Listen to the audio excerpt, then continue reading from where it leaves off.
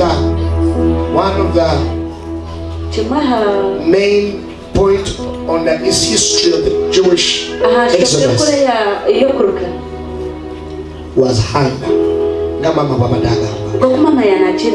But it was two-way. It was hunger for food. We also see hunger for God. It was two-way. One, they were hungry for food, and the hunger for food made them sin. At one time they said to Moses, at least when we were in Egypt, we eat fish. Yes, we were slaves, but at least they would give us fish. They grumbled.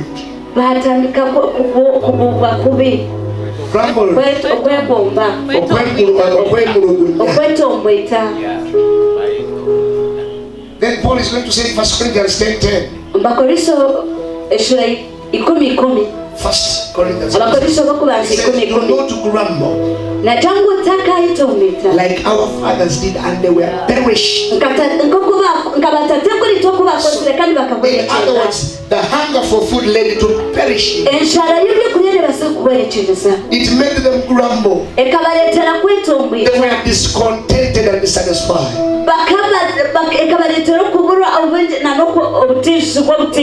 again, when you study the Genesis, rather the Exodus, there is also another big hunger, which was the hunger for God. Some mistakes they did was because they were hungry for food.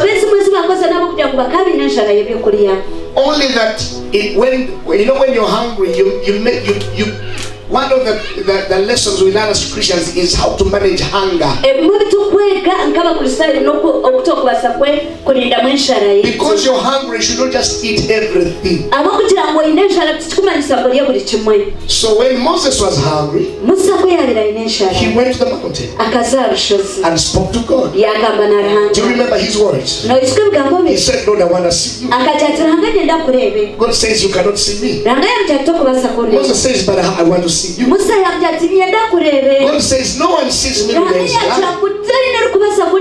Moses says, Lord, I don't know how you do it, but today I'm not going. I must see you. Look at the narration of this story, then you understand how hungry he was. Only that for him, he knew where to get satisfaction of hunger. But the hunger was not only on Moses. Even the Jews were hungry. Even Aaron was hungry. So when he came back from the mountain, for them they didn't know what to do with the hunger. So they built a calf.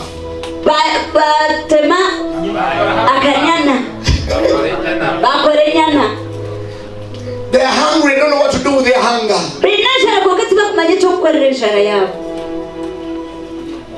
So my biggest point here is one: be hungry, but know where your satisfaction is. Be hungry for the Lord, but also know where your satisfaction is. And then God told Moses, now what you do, you will hide in the cleft of a rock. You will hide.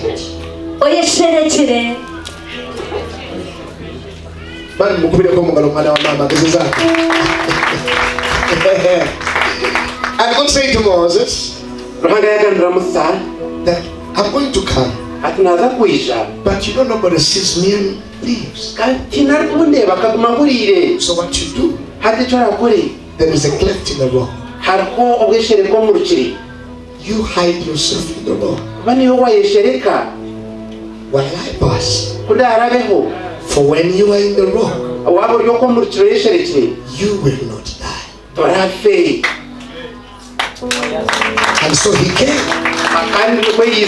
God came. While he comes, of course, like the thundering and the glory. The Bible says he passed. As Moses was hidden in the cleft of the rock, and he saw the back of God, and he was satisfied.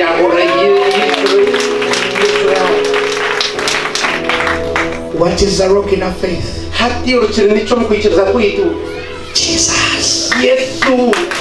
I know you are hungry. You must run to the rock.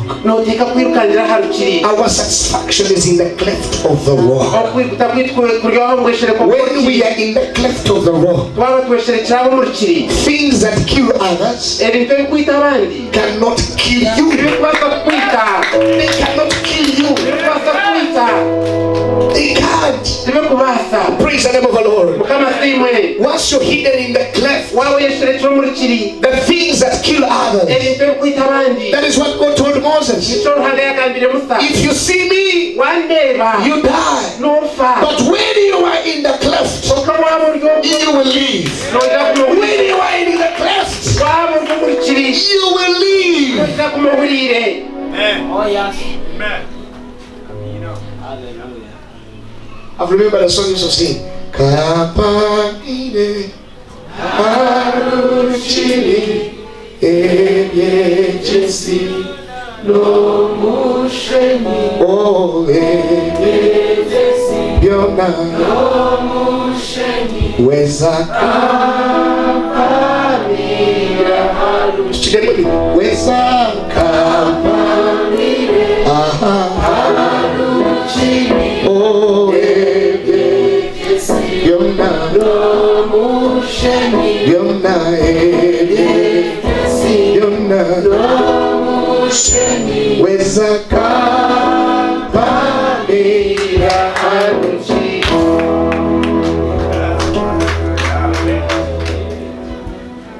In the rock. So I felt when I was sharing here, I want to ignite a fire in you,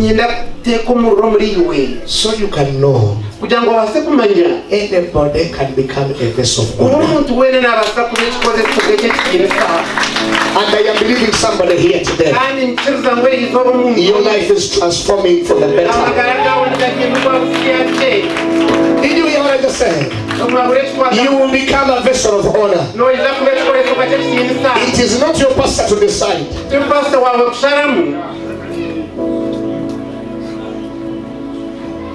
Some of you say we are not breaking through because our pastor is weak. No. Pastor Muveko. It is not about the pastor. Our church is not built. You know, our church doesn't have roof. There is no roof, so there is no way we are. It is not even about the church. It is about you. You and God. You and God. If you make a good choice today, I believe you are going to rock this nation for Jesus in Jesus' mighty name.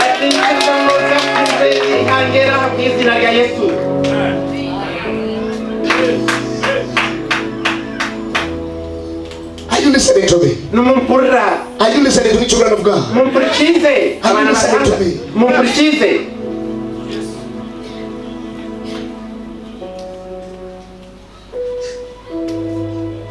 If you cleanse yourself and set yourself apart, you will be used. You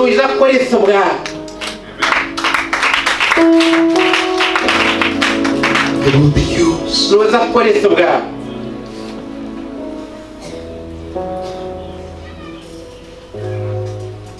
2 Timothy 1.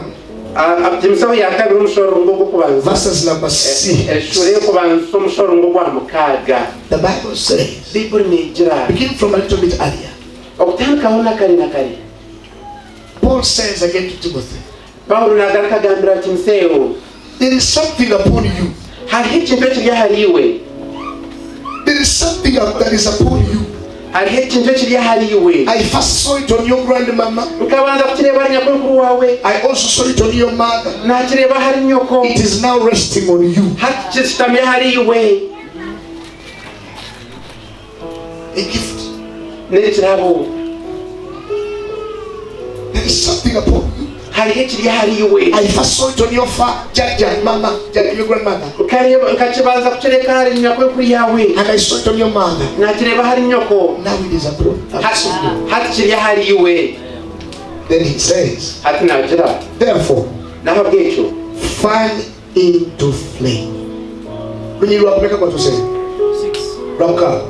fan into flame.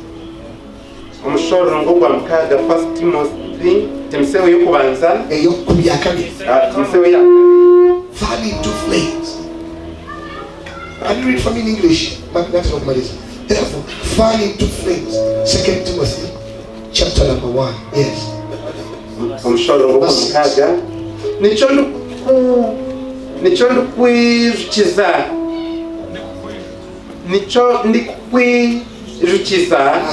Kwenegeza ekitoncho kya Ruhange kiro muri iwe. Kwenegeza webale kyembadde noonye ekyo ekyo n'abanyesamu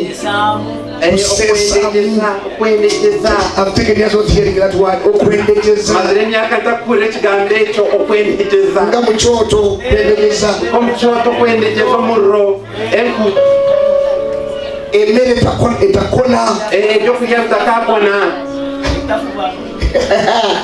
Okwendegeza kidda mutulire okwenegeza kati kisome ogwa mukaaga nikyo tukwizukiza kwenegeza ekyoto kya Ruhange